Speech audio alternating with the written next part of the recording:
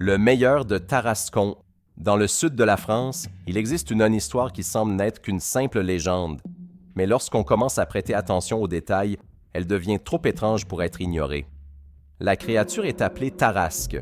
Elle est décrite comme un hybride absurde, doté d'un corps lourd, presque cuirassé, mêlant des caractéristiques reptiliennes à quelque chose de totalement hors du commun.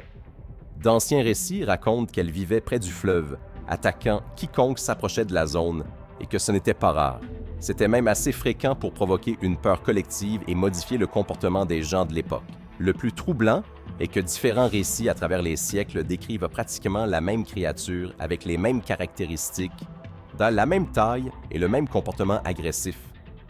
Certains affirment que les armes ordinaires étaient inefficaces, que la créature résistait aux attaques et continuait d'avancer comme si de rien n'était, tandis que d'autres décrivent avec le bruit sourd de ses mouvements comme impossibles à ignorer. Mais le détail le plus curieux est que la ville continue d'organiser des fêtes en l'honneur de la Tarasque, comme s'il s'agissait d'une simple tradition culturelle. Or, lorsqu'une histoire s'étend sur des siècles et se répète autant, une question troublante se pose. Est-elle née de rien ou s'inspire-t-elle d'une réalité? Le mystère de Rennes-le-Château. Nous quittons maintenant le monde des créatures pour entrer dans quelque chose de beaucoup plus concret. Un petit village du sud de la France, en apparence ordinaire, sans rien de particulier, jusqu'à ce qu'un prêtre nommé Bérenger Saunière bouleverse complètement l'histoire du lieu. Il se met soudain à dépenser des sommes folles, à un rythme complètement absurde pour quelqu'un de son rang, en entreprenant d'énormes rénovations de l'église, en construisant des structures autour et en transformant complètement le quartier. Le problème est simple, personne n'a jamais pu expliquer la provenance de cet argent. Aucun héritage confirmé, aucun document officiel, aucune source claire. Rien. Cela a donné lieu à d'innombrables théories au fil des ans, notamment des trésors cachés, des documents secrets, voire des codes secrets au sein même de l'Église. Certains pensent qu'il a découvert quelque chose d'enfoui lors des travaux de rénovation, tandis que d'autres affirment qu'il avait accès à des informations qui n'auraient même pas dû être divulguées. Le plus étrange, c'est qu'il n'a jamais cherché à clarifier la situation, ni à la nier, ni à la confirmer. L'argent est apparu, il a été utilisé et il a tout bouleversé, mais son origine demeure l'un des plus grands mystères de France et peut-être ne sera-t-elle jamais révélée. L'homme au masque de fer. Nous voici plongés dans l'un des mystères les plus célèbres de l'histoire et l'un des plus troublants. Un prisonnier maintenu dans le plus grand secret, le visage toujours dissimulé, son identité jamais révélée et sans aucun document permettant de savoir qui il était. Pendant des années, il a été transféré entre différentes prisons de haute sécurité, toujours isolé, toujours sous surveillance extrême, et traité comme une personne extrêmement importante ou extrêmement dangereuse. Cela soulève une question directe. Qui était-il pour qu'il faille le cacher de la sorte? Certaines théories suggèrent qu'il était le frère du roi. D'autres affirment qu'il détenait des secrets politiques susceptibles de déstabiliser tout le pays. Mais le plus impressionnant, c'est que son existence soit prouvée par des documents officiels, des registres qui retracent ses déplacements, son isolement et les précautions extrêmes qu'il a prises pour que personne ne voie son visage. Selon certains témoignages, même les gardes avaient reçu des instructions formelles leur interdisant tout contact direct avec lui. Seule son identité s'est restée secrète, ce qui confère à cette affaire une dimension bien plus importante qu'une simple curiosité historique. C'est un secret qui a été protégé avec soin, avec contrôle, et c'est peut-être précisément pour cela qu'il n'est jamais révélé. Le monstre du Gévaudan. La situation devient alors vraiment dangereuse. Au 18e siècle, une série d'attaques commence à se produire dans une région appelée le Gévaudan, et il ne s'agissait pas de quelques cas isolés. On dénombre des dizaines de morts confirmées. Les victimes sont attaquées brutalement, souvent en plein jour, dans des lieux publics, sans avoir la moindre chance de réagir. Les témoignages décrivent une créature imposante, rapide et extrêmement agressive, capable de s'en prendre facilement à des adultes. Mais le plus étrange était que l'animal ne semblait pas se comporter comme un animal ordinaire. Il attaquait directement, de façon répétée, presque stratégique. Des groupes de chasse furent organisés, des soldats furent envoyés, toute la région fut mise en alerte et pourtant les attaques persistèrent.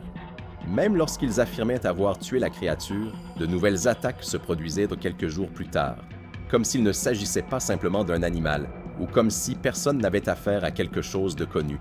À ce jour, aucune explication définitive n'a été apportée, ce qui fait de cette affaire l'une des plus troublantes de l'histoire européenne, car elle s'est réellement produite, et malgré tous les efforts déployés, personne n'a été en mesure d'expliquer ce qui s'est passé. Les catacombes de Paris, le côté interdit. Sous l'une des villes les plus célèbres du monde se cache quelque chose que beaucoup préfèrent ignorer. Les catacombes de Paris, un réseau souterrain de kilomètres de tunnels remplis d'ossements humains, des millions d'entre eux disposés en murs, formant des couloirs entiers faits de restes humains. Mais ce n'est que la partie officielle. Il existe une réalité invisible sur les cartes, des zones cachées, des tunnels oubliés et des chemins qu'il vaut mieux éviter. Des explorateurs s'y rendent illégalement pour découvrir ces lieux secrets, et certains n'en reviennent jamais. On connaît le cas d'une caméra retrouvée dans ces tunnels, montrant une personne perdue, courant paniquée, cherchant désespérément une issue, en vain. On ignore ce qui lui est arrivé. Le plus troublant, c'est que le système est si vaste et complexe qu'on peut s'y perdre indéfiniment, sans aucun signal, sans aucun point de repère, sans aucune possibilité de s'orienter. Les catacombes deviennent alors bien plus qu'une simple attraction touristique, un véritable labyrinthe où tout contrôle disparaît. À Villa Fantasma de Oradour-sur-Glane, le mystère s'épaissit et devient parfaitement réel. Un village entier abandonné, ni reconstruit, ni rénové, laissé en l'état. Maisons détruites, vieilles voitures, effets personnels éparpillés, comme si le temps s'était arrêté à cet instant précis.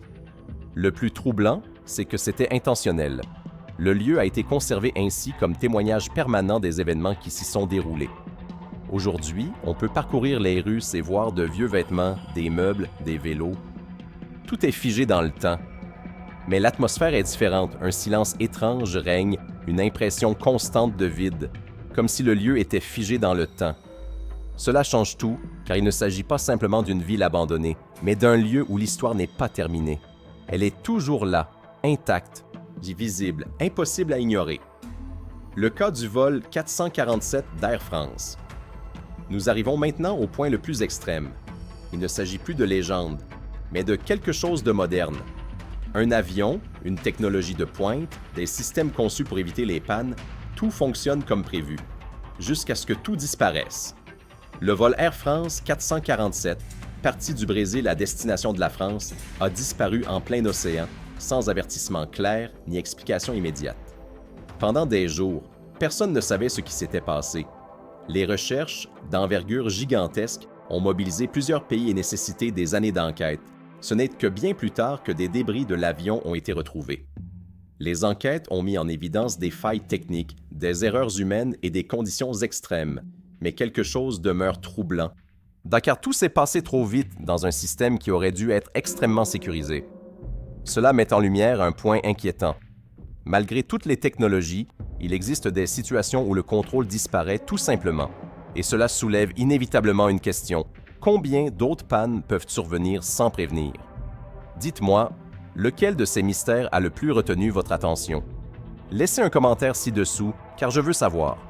Et pendant que vous y êtes, dites-moi quel pays vous aimeriez voir ensuite dans ce style de vidéo. Si ce type de contenu vous plaît, n'hésitez pas à aimer, à vous abonner à la chaîne et à activer les notifications. Et envoyez cette vidéo à un ami qui apprécie également ces mystères, car ce n'était que le début.